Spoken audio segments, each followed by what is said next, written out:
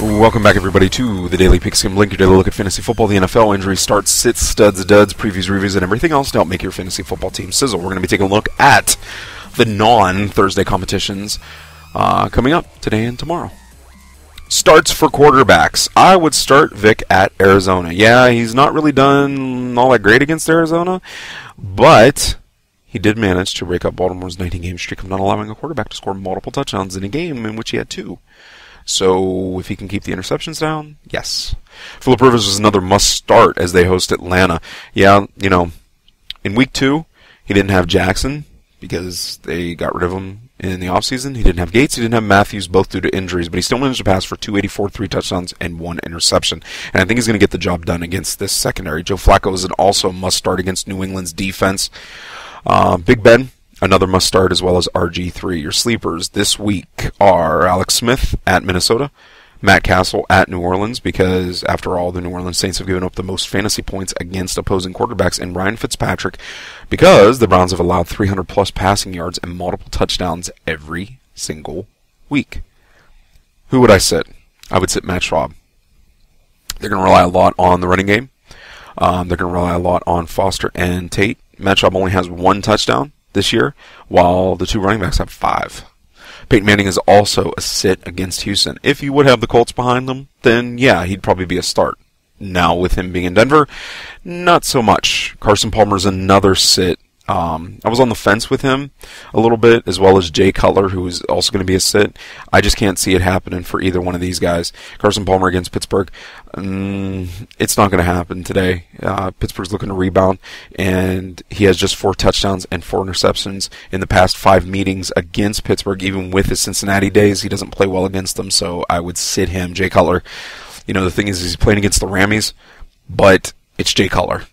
And the big sit of the week is going to be Tom Brady. I don't care who you are, even if you're a fanboy of him. Playing against Baltimore, they're looking for revenge, and I think that they're going to manage to shut him down pretty good. They're going to rely on more of the ground game. And then the other thing is Aaron Hernandez is out for a few weeks. That takes away a big weapon. For solid starts for running back this week, Trent Richardson as well as C.J. Spiller, both solid starts for this week. At least 80, 100 yards for each and maybe 1 or 2 touchdowns. Alfred Morris is another solid start. The Bengals are number 2 in fantasy points allowed to opposing running backs behind Jacksonville after Ray Rice and Richardson each had 2 touchdown games against them to open up the season. So look for that to keep going. Donald Brown is another start against Jacksonville. For your sleepers, for running back, LaShore of the Lions at Tennessee. He's starting this week. They already said that he's going to be the starter after he comes back from his suspensions and such. Peyton Hillis is another must start. Mark Ingram against the Chiefs. The last 3 games, Ingram got double digits in carries. He scored. Rodgers is playing at San Diego. You got to put the guys in when they have even a little hot streak. And for a hot streak sleeper, 50 yards, 60 yards a game is it. The opponents are one thing, but when players get the jobs done, you have to look at that for your running back sleepers. 50 yards, 60 yards, plus a touchdown every now and then. That makes people a sleeper. So even if they haven't played like LaShore, or if they're coming out of their shell like Ingram and Rodgers, throw them in. Sits at running back this week. Steven Jackson at Chicago. Sit him. Michael Turner is a big must-sit at San Diego. Sean Green at Miami is another sit. And Cedric Benson at Seattle is the final sit, except for the bust alert, which is going to be AP. I'd get rid of him off my team as quickly as possible. It's not just that they're playing against San Francisco. I just don't like Adrian Peterson this year. Deshaun Jackson, wide receiver for Philadelphia, is going to see a hell of a lot more playing time because of Macklin's injury, so he's a must-start, as well as Lance Moore against Kansas City. Danny Amendola is a big-time fantasy football wide receiver this year, and he's going to be playing at Chicago. He's a definite start no matter what. Wait until that kid has only 20 yards in a game before you even think about possibly bumping him down to a wide receiver 3 or a flex option, but he's still a must-start every single week. Malcolm Floyd is also a must-start against Atlanta. For your fantasy football sleepers at wide receiver, Greg Little against Buffalo, Blockman at Indianapolis, Hawkman at Washington, Randy Moss, maybe. His return to Minnesota could maybe lead him to, get a touchdown, possibly, against the weak secondary. And Donnie Avery against Jacksonville. For your sits, Vincent Jackson. Sit him, just for this week. Eric Decker against Houston. I would sit him. Darius Hayward-Bay against Pittsburgh. Yeah.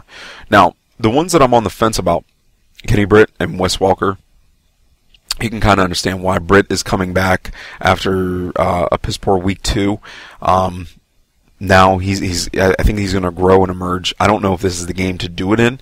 Wes Welker, yeah, you don't have Hernandez there, but at the same time, this is Baltimore. Baltimore's going to be looking for you. And a big don't start is Larry Fitzgerald against Philadelphia. For tight ends, your starts are Brent Selleck at Arizona and Bitta against New England. For your sleepers, look for Owen Daniels to put up a little bit of points. Look for Scott Chandler against the Brownies to put up a couple points, and Heath Miller, and both of them for the exact same reason, as they're on a 2-game scoring streak. For your sits, sit Coby Fleener against Jacksonville, sit Fred Davis against Cincinnati, and please, for the love of God, sit Tammy against Houston. For your defenses, start, without a question, the Jets against Miami. Who else is possibly a sleeper? Well, how about the Dolphins? How about the Bills if Richardson can't get his butt in gear and if Little can't pan out? Philadelphia is a definite sleeper defense. Sits, absolutely, sit the Patriots. I'm really worried about what Baltimore's going to do in the form of damage to that Patriots defense. For your kickers, the 1A+, start him now, Shane Graham at Denver. For a sit, Rob Baronis against Detroit. The Titans offense, they're in a bad funk right now, and the scoring chances for him have been pretty minuscule. Red zone chances, extra points, things of that nature. So sit him for now. Week 3 sleepers: Henry at Arizona, Vinatieri hosting the Jacksonville Jaguars, and Billy Cundiff against the Cincinnati Bengals. That's it for me as I look at the preview of today and tomorrow night's games. You can check out this broadcast as well as every other broadcast at fantasyfootballtoolkit.com, as well as 360 Sports Network. 360 Sports Network is a site built by the fans for the fans that covers every type of sport. It's not only high school and college, it's also the pros, it's also the Olympics, it is the NFL, MLB, NHL, NBA, and everything underneath the sun. And you can check them out at 360sportsnetwork.com. If you have any questions, comments, suggestions, anything under the sun that you want to send me or that you want to ask, you can send that over to lostcause@fantasyfootballtoolkit.com. Take care, everybody. Enjoy the games, be safe, and give the one that you love a hug.